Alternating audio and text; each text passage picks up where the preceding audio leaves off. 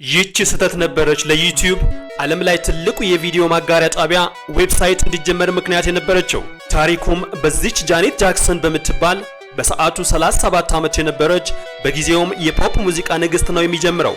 አንድ ቀን በ2003 የንግስቷ ህይወት ለአንዴና ለመጨረሻ ጊዜ ይቀየራል። ታዋቂው የአሜሪካው ኤንኤልኤፍ የመዝናኛ ቡድን በአንድ ተጠባቂና ወሳኝ ጨዋታ የእረፍት ሰዓት እንድትዘፍን ይጠይቃታል። ጥያቄውም የትኛውም ዘፋኝ የሚመኘው ደፍሮም እምቢ ሊል የሚችለው ጥያቄ አልነበረም። በጊዜውም ለዝግጅቱ ተጨማሪ አርቲስቶች የተጋበዙ የተስማሙም ከነበሩት ውስጥ አንዱ ይህ በምስሉ ላይ የምትመለከቱት ጀስቲን ቲምበርሌክ ነበር። ጃኔት ጃክሰንም ይህ ዝግጅት በሰዎች ዘንድ የሚታወስ ዝግጅት እንዲሆን ታስባለች። የምን ጊዜውም የእረፍት ጊዜ ዝግጅት አቅራቢም ለመሆን ትወስናለች።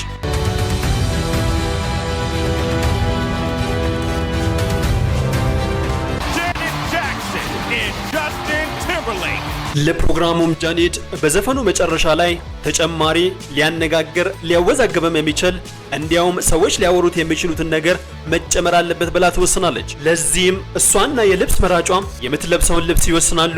በእቅዳቸውም መሰረት ዘፈኑን በሚጨርሱበት ጊዜ ጀስቲን ቲምበርሌክ በኃይል ከደረቷ ላይ ልብስ መግለጥ ነው። ዓላማውም ቀዩ የጡት ማሳዣዋን እንዲታይ ነበር። ይህንንም ሐሳብ ለኤንኤልኤፍ የመዝናኛ ቡድን አባላት ይሁን በሰዓቱ ጨዋታው ለሚያስተላልፈው የቴሌቪዥን ጣቢያ አላሳወቀችም ነበር። ለጀስቲን ቲምበርሌክ የነገረችውም ቢሆን ዘፈናቸውን በሚያቀርቡበት ጊዜ ነበር። ጊዜ ወስደው አላወሩበትም፣ በቅጡም አልተለማመዱም ነበር። በስተ መጨረሻም 2004 ዝግጅቱ የሚቀርብበት ቀን ታላቁም ጨዋታ በታቀደለት ሰዓት ይጀምራል። ከአንድ ሰዓት ተኩል በኋላም እየተጠበቀው የእረፍት ሰዓት ይመጣል። ይኸው የጃኔት ጃክሰን ስራም ይጀምራል። መዝፈን፣ መደነስ፣ ሁሉም ነገር ለተመልካቾች አስደሳች ነበር። ጃኔትም በትክክል ከተከፈላት በላይ ዘፈኗን ማቅረብ ቀጥላለች።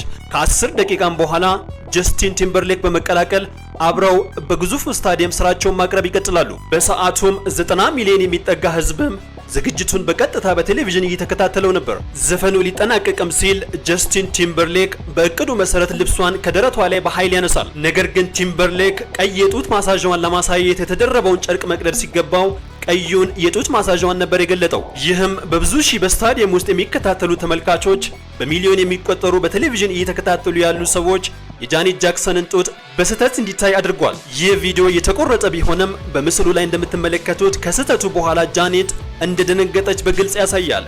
ጉዳቱ ግን ቅጽበታዊ ነበር። እያንዳንዱ በዝግጅቱ ላይ የተሳተፈ ሰው ስህተቱም አስነዋሪ አሳፋሪም እንደነበር አውቀዋል። በዚህም መሰረት በጊዜው ዝግጅቱን ያስተላልፍ የነበረው የቴሌቪዥን ጣቢያ ኤምቲቪ የይቅርታ መግለጫ ያወጣል።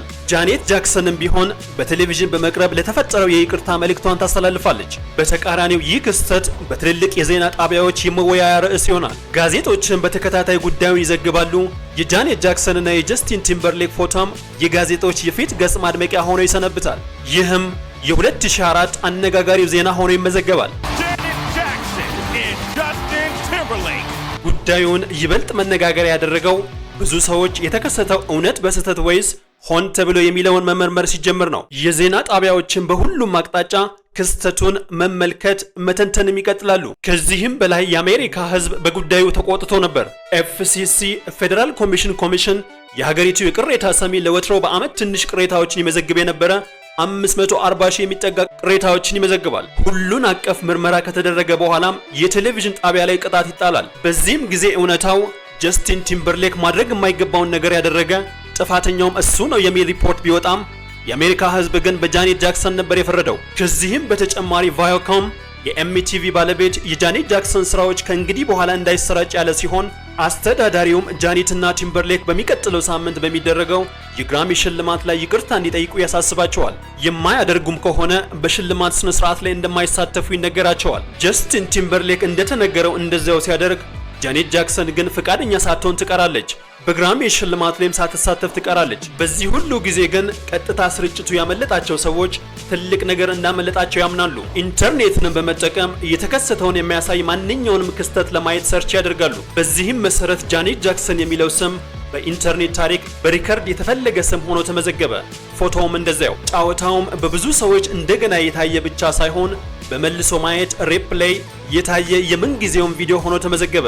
ያመለጣቸውም ሰዎች ማንኛውም ነገር ቢያደርጉም ምንም አይነት ውጤት መመልከት ግን አልቻሉም ነበር። በዚህ ጊዜ ነበር ይህ በምስሉ ላይ የምትመለከቱት የ24 ዓመት ወጣት በስራው ኢንጂነር የሆነ ሁሉንም ሙከራዎችን ቢያደርግም ምንም አይነት ነገር እንዳላገኘ ለጓደኞቹ በቅሬታ መልክ የሚያስረዳው። እነዚህም ሶስት ጓደኛሞች በመመካከር ኢንተርኔት ቪዲዮ የሚያጋራ ዌብሳይት ያስፈልገዋል የሚል ድምዳሜ ላይ ይደርሳሉ።